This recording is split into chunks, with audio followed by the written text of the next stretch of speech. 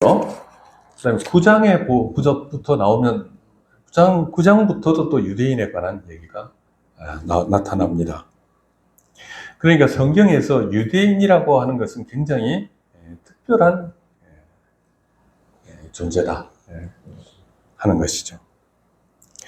자, 구속사를 통해 본다면 유대인은 하나님께서 이 세상을 구원하시기 위해서 특별히 선택하여 이방인의 빛으로 삼으시고 하나님의 놀라운 구원을 담지하게 했던 언약 백성이었습니다. 담지한단 말은 짊어진다는 얘기예요.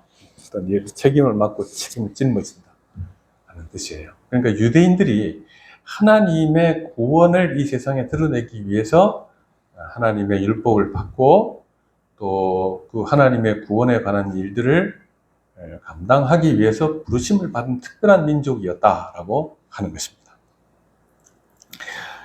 그러니까 이 유대인들, 구약의 유대인들이라고 할 때 이들은 이 현대의 그리스도인들의 믿음의 추상과도 같은 사람들입니다. 물론 유대인들 가운데도 죄를 지은 사람이 많고 또 엉망인 사람들이 많죠. 근데 사실 또 어째 보면 현대 교회도 동일한 모습입니다. 그러나 그럼에도 불구하고 그들을 특징 짓는 것은 하나님의 언약 가운데 있는 백성이다라고 하는 것이죠. 그렇기 때문에 우리는 구약에 있는 그 이스라엘 민족, 유대인들을 통해서 참으로 많은 것을 배울 수 있습니다. 그래서 우리가 이제 구약 성경을 보는 이유는 그것이고, 그리고 구약 성경과 신약 성경은 그 통일성 가운데 있어서 우리의 삶을 구약에 비춰봐도 아무런 문제가 없는 것입니다. 그래서 유대인들의 역사를 이렇게 잘 살펴보면 뭘 깨달을 수 있는지 우리가 살펴보면 하나님께서 당신의 백성들을 어떻게 부르시는지를 알 수 있습니다. 유대인들은 성경에 여러 번 나오고 구약 성경에도 나오지만 너희가 특별해서 택한 것이 아니다 그렇게 말씀하시거든요. 이게 하나님의 은혜로 택하신 백성이다. 그러니까 신약 시대의 교회에 나오는 성도들도 우리가 뭐 특별한 자질이 있어서 그런 것이 아니라 하나님의 은혜로 택하셨기 때문이다 라는 것입니다. 그리고 그들을 어떻게 구원하시느냐라고 할 때 그 구원의 방법들이 출애굽 사건에 다 나타납니다. 여러분, 유월절은 죽음의 천사가 무설주와 임방의 피를 바른, 어린 양의 피를 바른 그 집을 넘어갔잖아요. 이것은 우리가 예수 그리스도의 피로 구원받는다 라고 하는 것을 잘 나타내주는 내용입니다. 그리고 홍해를 건너 세례를 받고 그다음에 하나님의 산 호렙산에서 하나님의 뜻을 우리가 전수받아서 십계명을 받고 또 하나님의 백성으로 이렇게 살아야 한다 하는 것을 우리가 배운 것이죠. 그리고 또 그들은 어떻게 하나님의 백성으로 거룩하게 되느냐 할 때 하나님의 법을 행함으로 거룩하여져 간다라고 하는 것입니다. 그러니까 우리가 이제 율법에 대해서 얘기를 많이 하니까 우리가 율법주의를 얘기하는 것이 아니라 구원받은 백성이 그럼 어떻게 살아야 되냐라고 하면 하나님의 율법을 쫓아 살아가는 것이다. 그리고 어떻게 메시아를 이 세상에 보내는지 하는 것이 구약 성경 전체와 이스라엘 역사를 가운데 나타납니다. 다윗은 메시아의 표상이었습니다. 그 다음에 마지막에 어떻게 그들을 심판하실 것인지에 대한 것도 하나님께서 바빌론에 포로로 잡혀있던 그의 백성들에게 말씀하심으로 우리에게 드러내 보여주신 것입니다. 그러니까 이제 이런 신학적 또 실제적 사실들을 통해서 우리는 이스라엘 백성, 유대인들을 통해서 하나님의 백성이 누구냐, 그리고 우리가 하나님의 백성이라는 것이 무엇을 의미하느냐 하는 것들을 이제 배울 수가 있는 것입니다. 그래서 지난주에 살폈던 로마서 2장 17절부터 19절에는 이렇게 되어 있습니다. 유대인이라 불리는 네가 율법을 의지하여 하나님을 자랑하며 율법의 교훈을 받아 하나님의 뜻을 알고 지극히 선한 것을 분간하며 매gin의 길을 인도하는 자여 어둠에 있는 자의 빛이요 이렇게 말했습니다. 이 구절은 제가 지난주 말씀드린 대로 유대인의 부정적인 면을 얘기하는 게 아니에요. 유대인의 특별한 점을 얘기하는 것입니다. 이 어두운 세상 가운데 하나님의 계시를 받았다는 것이 얼마나 찬란한 빛이 있는 것입니까? 근데 놀라운 것은 그들이 언약 백성이고 또 나중에 이제 예수님이 이 세상에 오셨을 때 그들 가운데 나셨고 그리고 십자가에 달려 죽으시는 복음의 모든 일들을 그들 가운데 행하셨음에도 불구하고 그들은 복음을 배척했다라고 하는 것입니다. 놀라운 일이죠. 그리고 하나님의 법에서 떠났습니다. 그러면서 위선적이게도 이방인들보다 자신들이 우월한 지위에 있다라고 생각을 했습니다. 그들이 하나님의 백성인 것은 그들이 도덕적으로 뛰어났기 때문이 아니라고 그랬죠. 아니라고 그랬습니다. 그들은 하나님의 은혜로 선택받은 것이기 때문에 하나님 백성이 된 것입니다. 그러나 그들이 하나님께 겸손히 하게 대하지 못하고 성령의 인도하심을 받아 거룩하게 살지도 못할 때 그들은 하나님의 이름이 그들도 인하여 모독을 받게 된다라고 성경은 기록하고 있습니다. 율법을 자랑하는 네가 율법을 범함으로 하나님을 욕되게 하느냐? 기록된 바와 같이 하나님의 이름이 너희 때문에 이방인 중에서 모독을 받는도다 그랬습니다. 이와 같은 일은 예수님 당시의 유대인의 모습만이 아니라 구약 시대에도 이스라엘 백성은 여러 번 하나님을 거역하고 범죄하고 하나님을 떠나는 일들을 자행했습니다. 그리고 그럴 때마다 하나님의 이름을 더럽혔다라고 에스겔서 36장 20절에서 23절에 말씀하십니다. 우리 지난주에 봤죠, 여러분? 너희가 내 이름을 더럽혔다. 그러나 하나님께서는 너희가 더럽힌 그 이름을 위하여 일하신다. 그렇게 말씀하고 있죠. 하나님의 이름이 더럽혀질 수 없는 것인데 이방인들 가운데 너희로 인하여, 너희의 악한 행실로 인하여, 우상 숭배로 인하여 하나님의 이름이 더럽혀짐을 받는다라고 말씀하신 것입니다. 바울 사도는 유대인들이 할례를 통해서 언약 백성의 표지를 갖게 되었으므로 당연히 구원을 받을 것이라는 착각을 가졌다고 말합니다.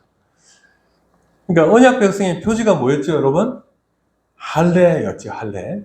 그럼 우리 시대의 하나님의 언약 백성의 표지는 뭡니까? 세례죠, 세례. 근데 이제 유대인들이 할례를 받았다고 하는 것으로 나는 하나님의 언약 백성이다라고 하는 것까지는 우리가 받을 수 있으나 나는 구원받는다라고 말했다 그 말입니다. 그러나 그렇지 않다. 그렇지 않다고 로마서는 얘기합니다.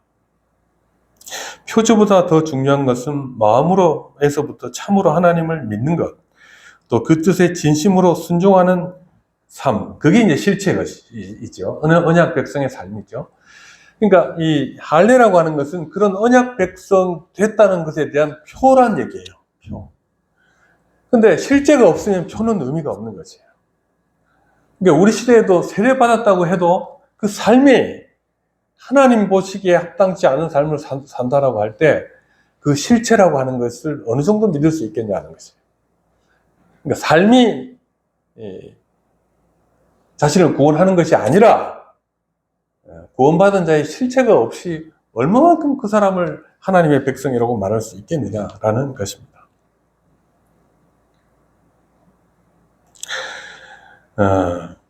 그리고 그건 역시도 하나님의 구원으로의 부르심과 예수 그리스도의 대속과 의의 성취, 또 성령께서 그리스도의 의를 적용시키시고 그 내면을 변화시켜 주시는 주권적 사역을 통해서만 가능한 것이다 그랬습니다. 그러니까 실체 그 하나님 언약 백성의 실체는 삼위 하나님께서 하시는 일이다.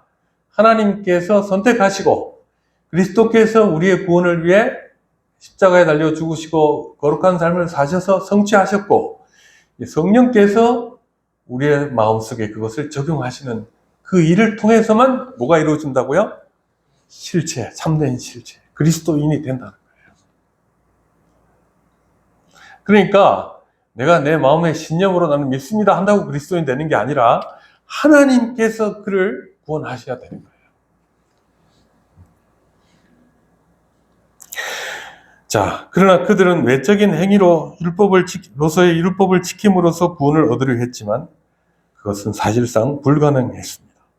그리고 불가능하기 때문에 그들이 하나님 백성이라고 자꾸 얘기했을 때 그들의 위선은 점점점 깊이 위선의 심연으로 빠져들어갔다라고 하는 것입니다. 자, 그래서 바울 사도는 이러한 문제를 예리하게 지적하고 정리합니다. 2장 28절, 무릇 표면적 유대인이 유대인이 아니요 표면적 육신의 할례가 할례가 아니니라.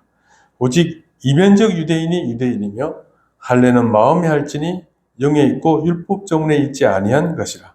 그 칭찬이 사람에서가 아니요 다만 하나님에게서니라 그랬습니다. 하나님에게서부터 나온다. 하나님이 하시는 일이다. 그러므로 표면적 유대인이 유대인이 아니고 이면적 유대인이 참 유대인이다 라고 하는 것입니다. 그럼 이면적 유대인이죠. 겉으로만 유대인이 아니고 이면 참된 하나님께서 구원하신 유대인이 있잖아요. 이 유대인에 대한 얘기가 9장부터 다시 나오거든요. 로마서 9장에. 그러면 9장에 말하는 유대인은 어떤 유대인을 말할까요? 표지만 가진 유대인일까요? 실제적인 유대인일까요? 실제적인 유대인이죠. 그러니까 9장의 내용을 깊이 살펴보면 거기에 우리도 포함된다는 것을 발견하게 되는 거예요.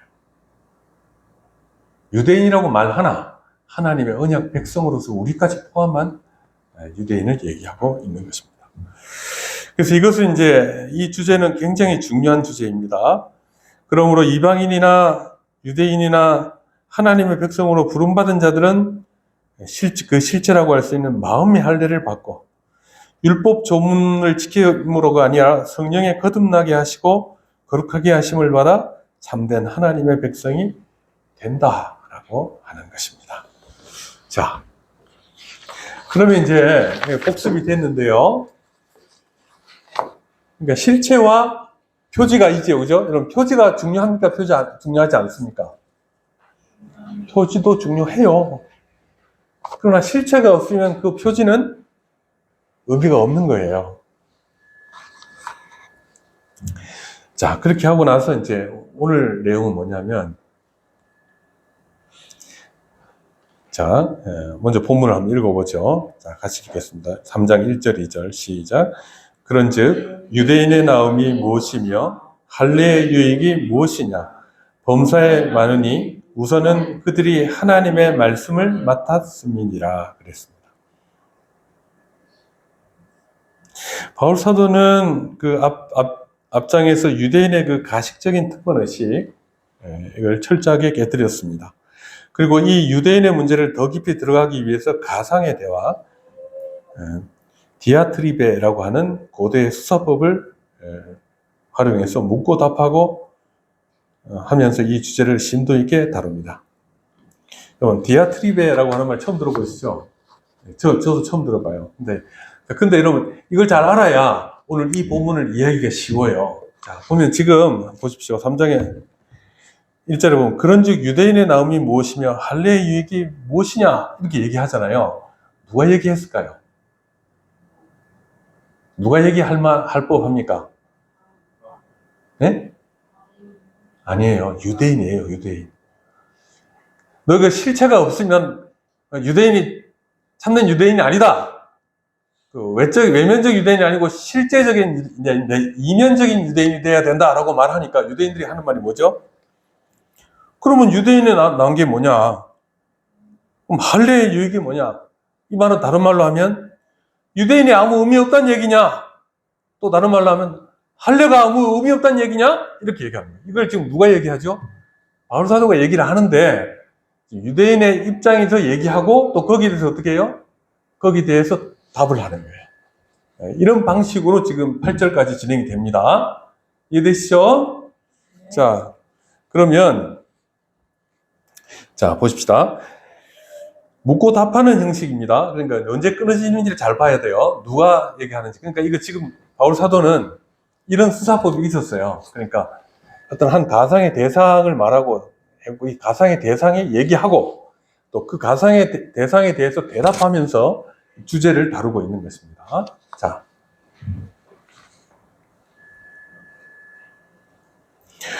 자, 그래서 그런즉 유대인의 나옴이 무엇이며 할례의 유익이 무엇이냐라고 얘기를 했죠. 이거는 실제로 누가 얘기하는 것이라고요?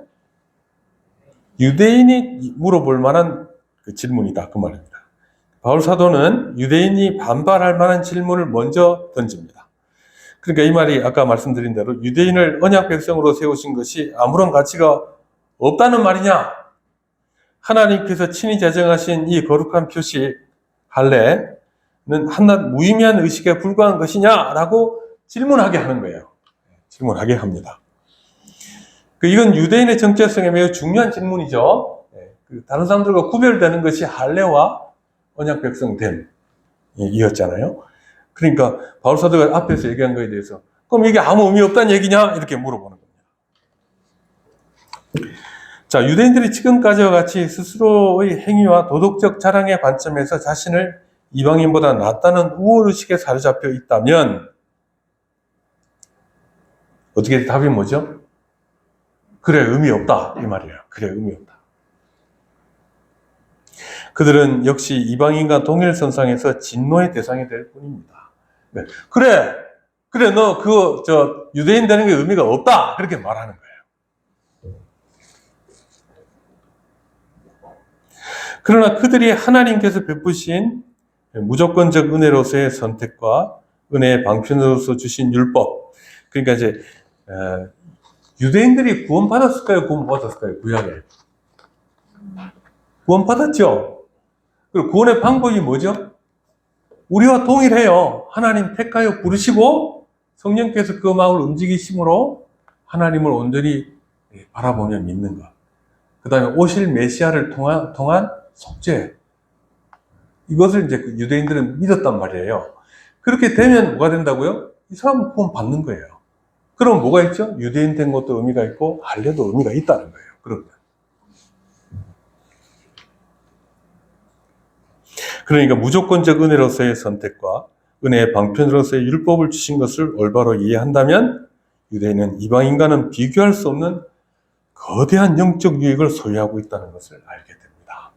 그러니까 구약의 이스라엘 백성이 얼마나 놀라운 거예요.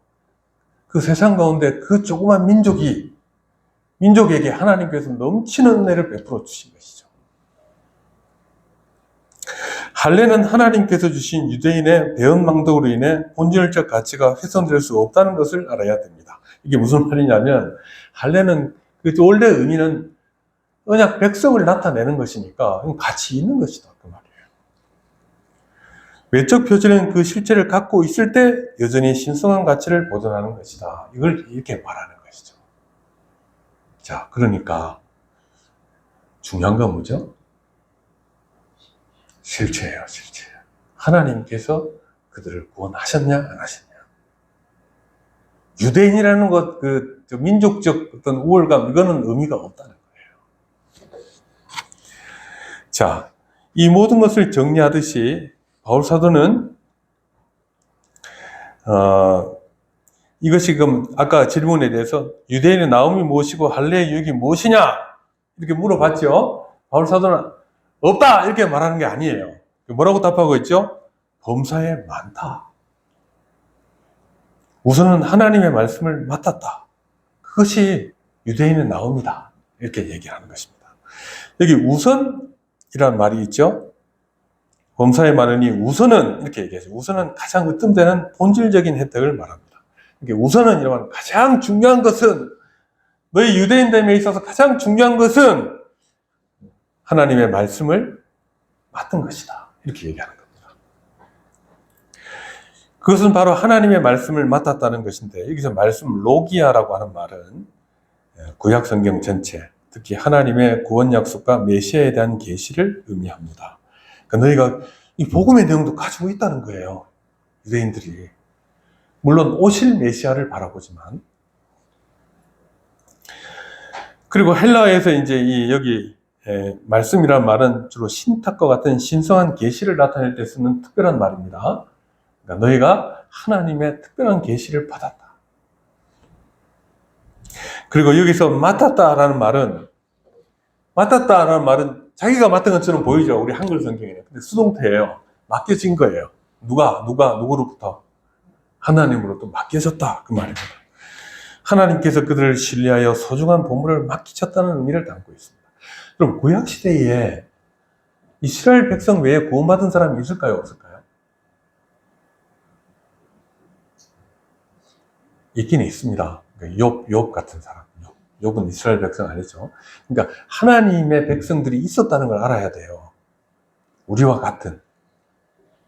그러나 그 계시가 어디에 담지되어졌냐면 주로 하나님의 백성 이스라엘, 유대인들에게 담지되어졌다. 그 말입니다.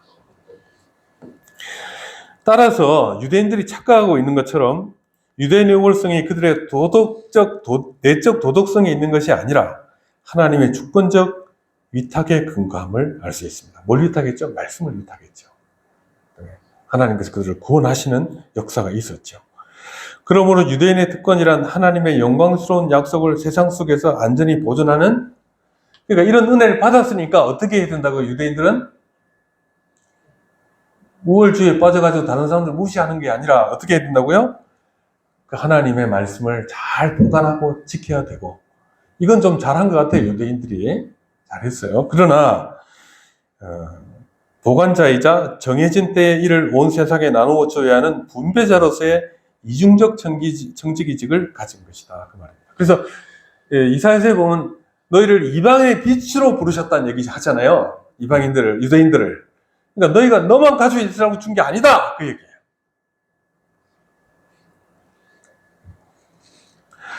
자, 이와 같은 사실은 우리 현대의 신자들에게도 경각심을 일깨우는 경고가 됩니다. 왜냐하면 하나님께서 오직 이스라엘이라는 한 민족을 택하셔서 그 작은 무리에게 그분의 신성한 말씀을 맡기셨던 소박한 구약 시대에도 그 소수에 불과했던 이스라엘 백성들 가운데 하나님의 구원의 모든 말씀과 내용을 보관하셨던 그 시대에도 이 사실을 알게 된다 그러면 그들이 소유했던 것이 얼마나 가치 있고 크고 찬란한 것이었다는 것을 깨달았을 것입니다. 오늘날 그리스도 안에서 신구약 성경 전체를 풍성히 받아 누리면서도 이를 소홀히 다룬 나머지 그것을 올바로 배우고 묵상하며 조차 순종하는 데 게으른 현대 그리스도인들의 배은망덕은 더욱 용납될 수 있는 죄악이 아니고 무엇이겠습니까? 그러니까 이 시대는 계시가 완료되고 그리스도께서 이 세상에 오셔서 구원을 성취하시고 신약 성경에 쓰여져서 구원과 복음의 모든 내용들이 다 밝혀졌음에도 불구하고 이 현대의 신자들이 그걸 귀히 여기지 않는다는 거예요. 저도 좀 그렇습니다만 이 귀한 걸 전하지를 않아요. 하나님은 그걸 원하시거든요. 우리가 복음을 전해야만 구원받는 건 아니나 우리를 도구로, 수단적 도구로 사용하시거든요. 근데 우리가 복음을 잘 안 전하는 거예요. 왜냐? 귀하게 여기지 않으니까. 누구와 똑같아요? 지금 바울 사도가 말하는 꾸짖고 있는 유대인과 똑같다 그 말이에요.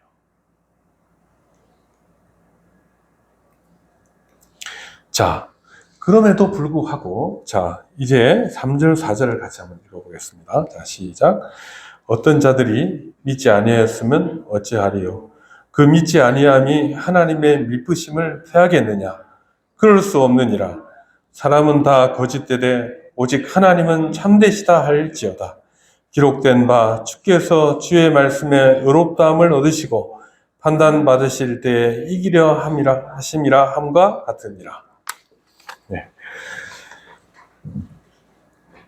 자, 어떤 자들이 믿지 아니하였으면 어찌하리요? 그 믿지 아니함이 하나님의 미쁘심을 피하겠느냐? 그랬죠, 그죠?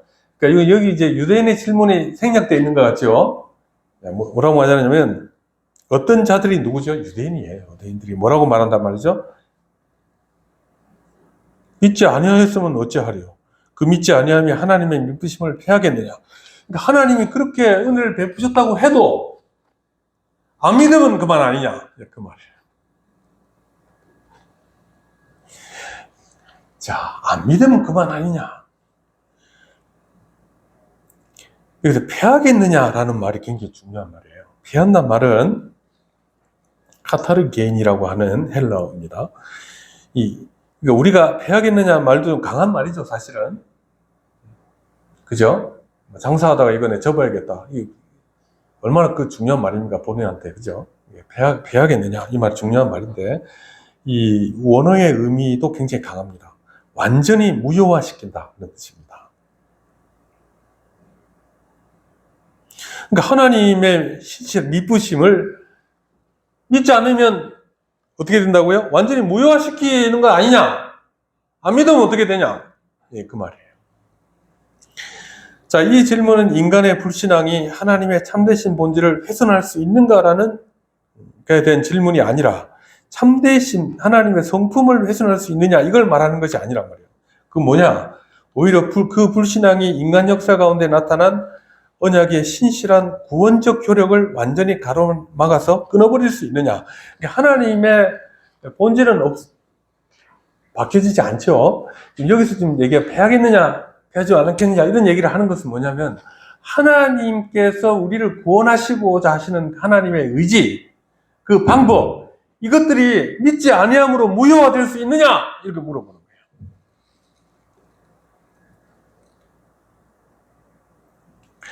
자, 이 질문에 대한 바울 사도의 대답은 확고합니다.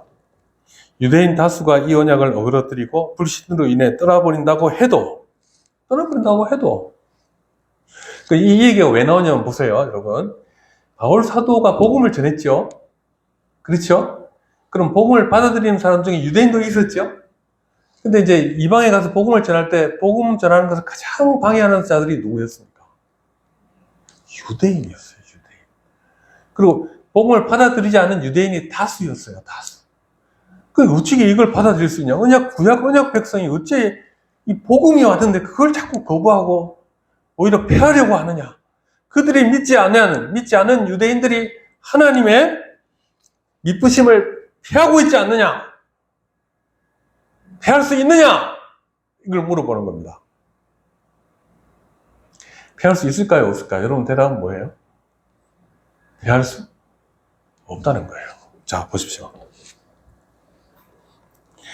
자, 유대인 다수가 이 언약을 어그러뜨리고 불신으로 인해 떠나버린다고 해도 하나님의 은혜의 약속은 자기 백성 중에 소수의 남은 자들을 통해 역사 속에서 반드시 살아남아 영원한 구원의 열매를 맺는다는 것입니다. 유대인들이 안 믿는다고 해서 하나님의 뜻이 실패하는 것은 아니다. 그리고 아까 말씀드린 나중에 보면 그리스도인들을 유대인이라고 칭해요. 그러니까 하나님의 구원 사역은 성취됐다는 거예요. 된다. 막을 수 없다. 언약이라는 그 상호적인 것이 맞습니다. 그러나 인간의 파기 선언이 하나님의 작정 자체를 무너뜨릴 수 없다고 하는 것을 얘기합니다. 그래서 이 말씀을 통해 우리는 사람의 거짓됨, 그러니까 믿지 않는 것, 하나님을 거역하는 것과 하나님의 미쁘심, 신실하심이라는 중요한 주제로 들어갑니다. 이 주제는 이제 은혜론의 핵심입니다. 여러분, 기독교 은혜론이 뭐죠? 여러분, 은혜론 하면은 보통 은혜론 논쟁이 누구와 누구 사이에서 이제 교회 안에서 일어났냐면, 어거스틴과 펠라기우스라고 하는 사람. 펠라기우스는 행위로 구원받을 수 있다. 어거스틴은 안 된다. 뭐로 구원받느냐? 은혜로 구원받는다. 우리가 하나님의 구원을 받을 만한 행위를 할 수가 없다라고 말한 것이에요. 자, 교회는 누구의 견해를 받아들였습니까? 우리의 신앙으로 받아들입니까? 어거스틴의 은혜론을 받아들여요. 자, 유대인들도 지금 그와 같은 논쟁에 휩싸여 있는 겁니다. 자, 그래서 사람의 거짓됨, 하나님의 신실하심. 근데 무엇이 사람을 구원한다고요? 사람의 거짓 때문에 나의 하나님의 구원을 좌절시키지 않는다는 얘기는, 시킬 수 없다는 얘기는 뭐냐면 사람의 행위로 구원받을 수도 없다는 겁니다. 그럼 뭐로 구원받는다? 하나님의 신실하심으로 구원받는다. 그래서 하나님의 이 은혜론을 다루고 있는데, 타락한 인간은 본성적으로 참된 믿음을 가질 수 없습니다. 없습니다. 또한 자신의 거짓은 하나님의 신실한 약속을 끊임없이 방해하고 가로막는 장애물들입니다. 인간의 죄악들, 거짓들은. 그것은 우리의 삶을 냉정하게 살펴보면 잘 알 수 있습니다. 우리 신앙은 처음부터 지금까지 결코 하나님의 신실하심에 부응한 적이 없습니다. 이건 여러분과 저의 얘기예요. 우리가 정말 그 하나님 앞에 신실하게 쭉 살아왔습니까?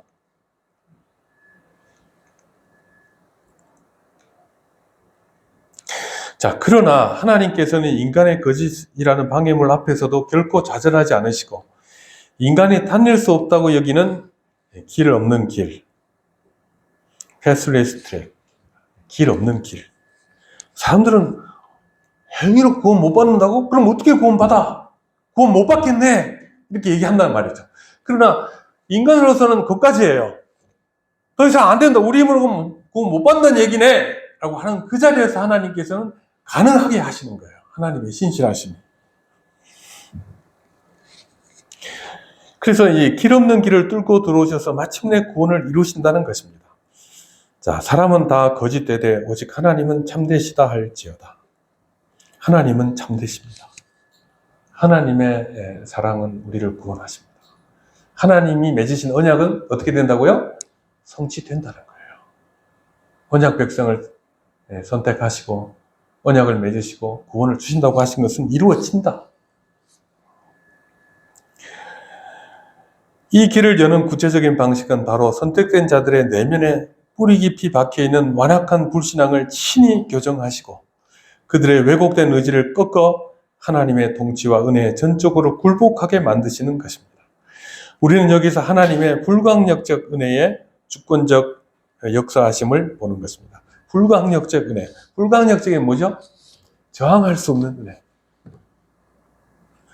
그래서 우리가 구원받을 때요, 우리가 잘해서 구원받는 게 아니에요. 하나님께서 구원하시기로 하시는 구원을 받는 거예요. 불가항력적, 저항할 수 없는 은혜로 우리가 구원받은 거예요. 그것밖에 없어요. 다른 방법이 없어요.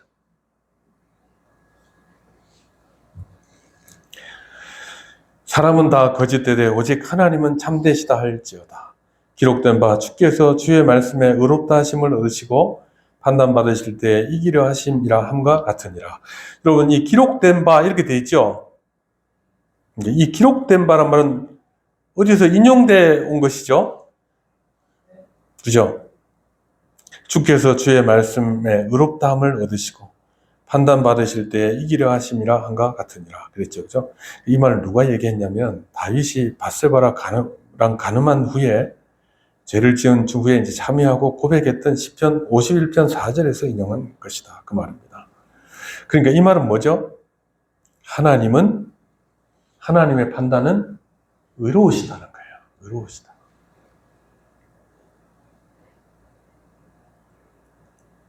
하나님의 판단은 항상 의로우시다. 자, 근데 이제 이 뒷부분에 있는 구절을 이렇게 번역합니다. LXX는 70인경이라고 구약 성경을 헬라어로 번역한 내용이에요. 여기 보면 판단받으실 때 이기려 함이라 그렇게 이제 돼 있죠. 이 경우에는 하나님께서 마치 인간의 불평과 기소로 인해 재판정의 피고석에 서서 판단을 받으시는 수동적인 모습을 나타냅니다. 앞에는 판단하신다 그랬죠. 그죠? 근데 이건 여러 사람 앞에서 판단을 받으시는 거예요. 판단 받으실 때 이기려 하십니다. 자, 어떤 모습일까요? 인간들은 하나님의 주권적 섭리와 통치에 대해서 끊임없이 불평하고 그건 안 됩니다. 이해가 안 됩니다. 그걸 얘기하는 거예요. 하나님을 재판정에 기소하려 들고 피고석에 앉혀 넣습니다.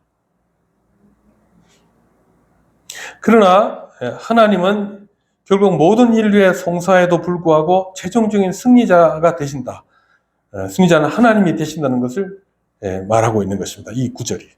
모든 자들 앞에서 하나님께서는 자신의 완벽한 의로우심을 입증해 내신다라고 하는 것이죠. 자, 그러니까 지금 이제 요 로마서의 주제는 뭐죠? 사람이 죄를 지어서 거짓을 행한단 말이죠. 근데 어떻게 구원받을 수 있냐라고 하는 것이죠. 그러니까 하나님은 의로우신데 그러면 의로우시면 다 지옥 갈 거 아니냐 그 말이죠. 근데 여기서 하나님께서 하시는 일은 여기 조금 더 나가는 겁니다. 잘 보십시오. 기록된 바 주께서 주의 말씀에 의롭다함을 얻으시고 판단받으실 때 이기려 하심과 같으니라 그랬습니다. 이 구절에서 주의 말씀은 주의 말씀에 의롭다 하심을 얻으시고, 주의 말씀은 여기서 하나님의 은혜로운 약속을 말하는 것이 아닙니다. 뭘 말하는 것이죠? 인간의 죄에 대해 공의롭게 내리시는 하나님의 판결을 말하는 것입니다. 그러니까 하나님의 판결에서 어떻게 된다고요? 의롭다 하심을 얻으신다. 그리고 판단받으실 때 이긴다. 이 재판에서 이기신다. 그 말이에요. 즉, 불가능한 상황을 이기시고 하나님께서는 스스로의 공의로움을 성취하시고 공적으로 의롭다함을 얻어내신다라고 하는 것입니다. 하나님께서 인간의 죄를 다루시고 그들을 의롭다 하시며 또는 하나님 자신도 의롭다함을 얻으시는 방법은 참으로 신비로운 것이죠. 무슨 말이냐면요. 이 재판에서 하나님께서 재판정에 서시잖아요. 그래서 하나님은 의로우시다고 하면서요. 근데 어찌 저런 사람들을 구원할 수 있습니까? 이렇게 하는 거죠. 근데 하나님께서 이 재판에서 이기신다, 지신다? 이기신다. 어떻게 이기시죠? 공의로. 어떤 공의로? 예수 그리스도께서 우리 죄를 대신 감당하시는 것으로. 하나님도 이기시고 우리도 이기게 하시는 거예요. 이해되시죠, 여러분? 그래서 하나님은 불가능한 일을 이루신 것입니다. 일반 도덕적인 공의로는 이룰 수 없는 것을 하나님께서는 예수 그리스도를 통해 이루어내시는 것이다. 그 말이에요. 자, 이제 또 한 페이지 넘겨보십시다. 이 세 번째 단락은요, 오늘 끝나지 않습니다. 다음 주까지 한번 다뤄야 돼요. 다시 한번 읽어보십시다, 본문을. 자, 시작. 그러나 우리 불의가 하나님의 의를 드러나게 하면 무슨 말 하리요? 내가 사람의 말하는 대로 말하노니 진노를 내리시는 하나님이 불의하시냐? 결코 그렇지 아니하니라. 만일 그러하면 하나님께서 어찌 세상을 심판하시리요? 그러나 나의 거짓말로 하나님의 참되심이 더 풍성하여 그의 영광이 되었으면 어찌 내가 죄인처럼 심판을 받으리요? 아까 그 수사법 기억나시죠? 예, 지금 이제 여기서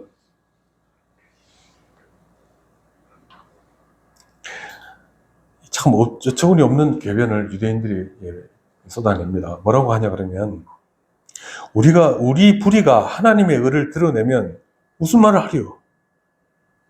진노를 내리시는 하나님이 불의하시냐? 그러니까 뭐냐면 우리가 죄를 지어가지고 하나님께서 결국 하나님께서 하나님의 의를 나타내신 것 아니냐? 그럼 하나님의 의를 나타내시게 한 우리가 죄인이냐? 그 말이에요. 자, 여러분 쉽게 얘기해 보십시오. 가룟 유다 있죠? 가룟 유다 아시죠? 가룟 유다가 어떤 일을 했습니까? 예수님 십자가에 달리시도록 팔아넘겼죠. 그러면 사람들이 이렇게 얘기하는 겁니다. 가룟 유다가 예수님을 안 팔았으면 어찌 됐겠냐? 그 얘기입니다. 어찌 됐겠냐? 십자가에 못 달리시는 거 아니냐? 십자가에 달리셨으니까 너희가 구원받은 거 아니냐? 이 중요한 일을 한 가룟 유다를 정죄하겠느냐? 이렇게 물어보는 겁니다. 그럼 맞는 것 같아요? 틀린 것 같아요? 맞는 것 같기도 하고 틀린 것 같기도 하고 그렇죠. 그렇죠. 그러니까 이걸 뭐라면 궤변이라고 합니다. 아주 사람들을 이상하게 만드는 말이에요. 속이려고 하는 말이에요.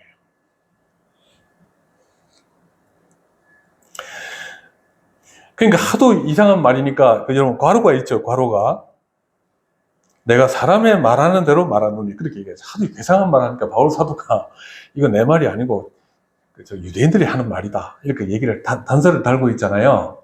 네, 그렇죠. 하도 이상한 말을 하니까. 자, 그래서 이제 내가 사람의 말하는 대로 말하노니 이런 말을 붙였다는 얘기예요. 그러니까 이 말은 인간 이성의 참혹한 타락을 드러내는 사악한 말이다 그 말이에요. 내가 죄를 지어가지고 하나님의 의가 나타난 거 아니냐? 내가 죄를 지었기 때문에 예수님께서 그 의를 드러내신 거 아니냐? 아주 교묘한 말입니다. 교묘한 말이에요. 이에 대해 칼뱅은 타락한 인간 이성이 지닌 본성적 속성은 항상 하나님의 거룩한 지혜를 거슬러 찢어대는 것이다 라고 말했습니다. 칼뱅이 그건 개 짖는 소리다. 이렇듯 하나님의 심오하고 비밀스러운 공의의 판결은 타락한 인간의 눈에는 언제나 그리고 결코 받아들일 수 없는 모순처럼 보인다. 그러므로 신자가 하나님의 완전한 진리를 수용하려면 어떻게 해야 되냐면 그냥 이 뻣뻣하게 서서 하나님의 그 복음의 내용을 받아들이려고 하면 못 받아들여요, 사람들이. 여러분 받아들이죠? 안 받아들입니까? 받아들이는 게 신기한 거라니까요. 그러니까 하나님의 하나님의 그 복음의 진리, 이 완전한 진리를 수용하려고 하면 자기 자신의 주관적 판단과 느낌을 완전히 쳐서 복종시키고 오직 성령과 기록된 계시의 말씀, 성경이죠, 성경. 성경과 성경을 깨닫게 하시는 성령 앞에 온전히 엎드리는 경건의 마음이 요구됩니다. 그러니까 우리 자신의 생각을 내려놔야 돼요. 안 그러면요, 여러분 꼬리를 물고 의문이 일어납니다. 그래서 뭐라고 이해해야 되지? 우리 마음속에 막 의문이 생길 때 이건 성경에 있는 말씀이야. 하나님의 말씀이고 성령께서 우리의 마음을 그렇게 인도하신다.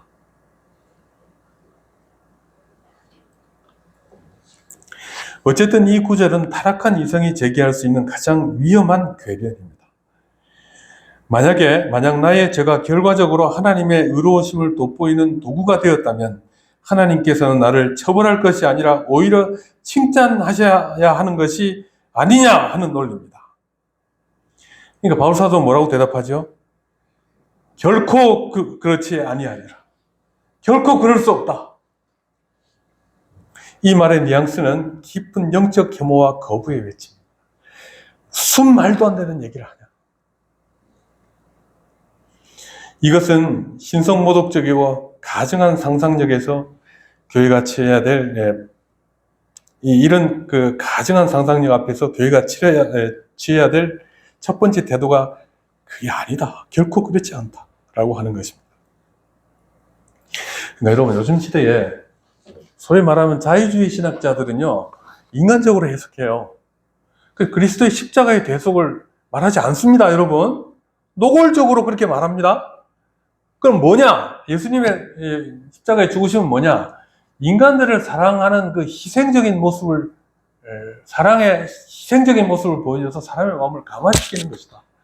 그래서 사람이 선해지는 것이다. 그렇게 해요. 자유주의 신학자들은 여러분 만인 구원론이에요. 결국 구원 받는다. 이 세상을 살 때 그리스도로 인하여 마음이 좀 희생적으로 변해져야 되는 거 아니냐. 지극히 인본주의적인 해석이죠. 왜 그렇죠? 이해를 못하니까. 이해를 못하니까요.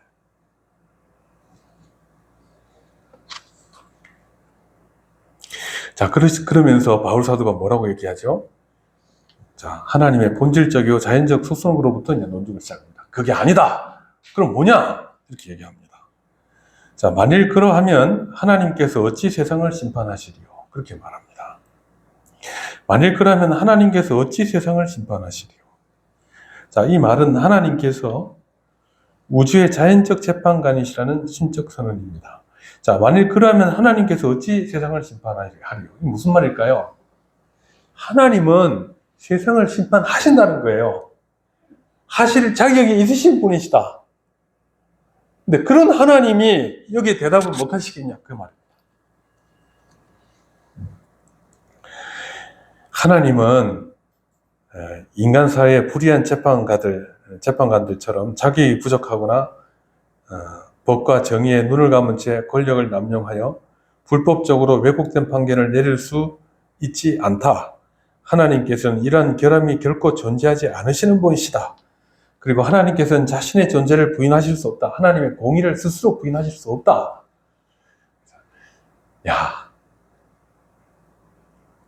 하나님께서 인간에 대해서 심판하시는데 하나님의 심판이 잘못됐을 리가 없다. 그렇다면 어떻게 세상 만물을 심판하시겠냐? 일단 이걸 전제로 합니다. 이 주장에 앞서서 또 뭐가 전제가 되어 있을까요? 너희는 하나님이 이 세상을 창조하셨다는 것을 알아야 된다. 그리고 하나님은 이 세상을 심판하실 수 있는 분이시다. 충분한 지위와 자격이 있으시다. 또 하나님은 공의로우셔서 마땅히 그렇게 하신다.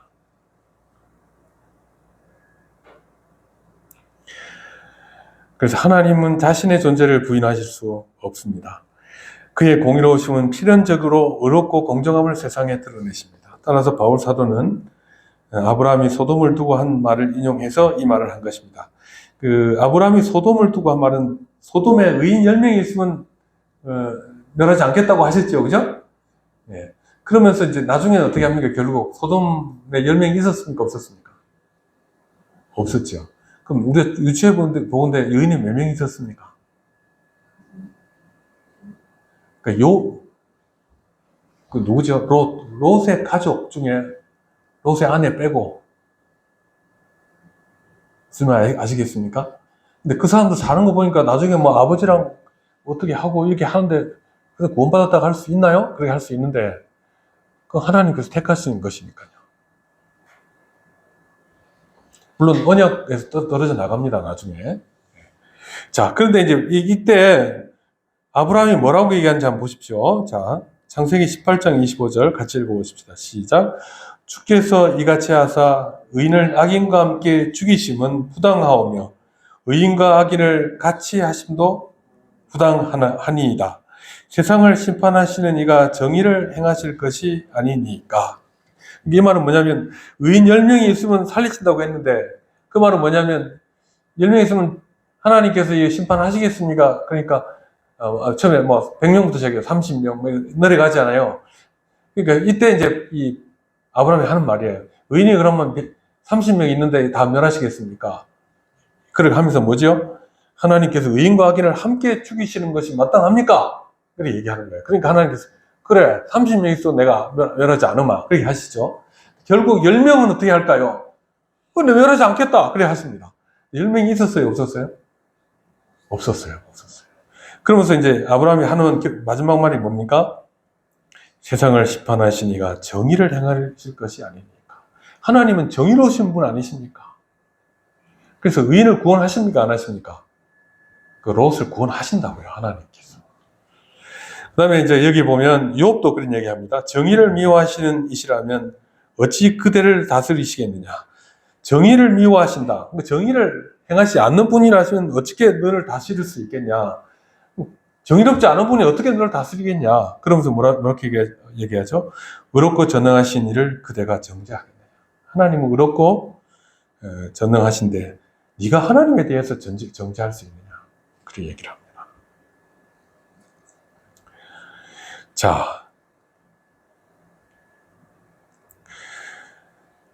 자, 그래서 계속되는 궤변들, 이건 나의 거짓말로 하나님의 참되심이 더 풍성하여 그의 영광이 되었다면 어찌 내가 죄인처럼 심판을 받으리요. 또 이상한 얘기를 하셨죠. 3장 7절에. 계속되는 궤변에 대해 칼뱅은 동일한 본질적 의미를 지닌 인간과 하나님의 대립으로 하나님의 공의로우심을 설명합니다. 자, 하나님과 인간의 대립으로 설명을 합니다. 인간의 불신한 거짓은 하나의 일관된 부패성에서 품어져 나오는 비참합니다. 인간은 불의하고 불신앙이고 거짓된 자들이다. 반대로 하나님의 의, 신실함, 참되심은 그 어떤 피조물의 배반에도 흔들리지 않은 하나님의 창조주의 완전성이다. 그렇게 얘기를 합니다. 자, 그러니까 여기서 이제 좀 다 얘기하자고 다음 주에 한번 더 말씀드리려고 하는데 뭐죠? 하나님께서 하나님의 방법으로 하나님께서 세우신 의인들을 구원하시는 방법이 옳으냐 그러냐? 옳죠. 예수 그리스도를 통해 우리를 구원하시는 것이 옳죠. 그럼 이 사람들은 왜 자꾸 그 이상한 질문들을 하는 겁니까?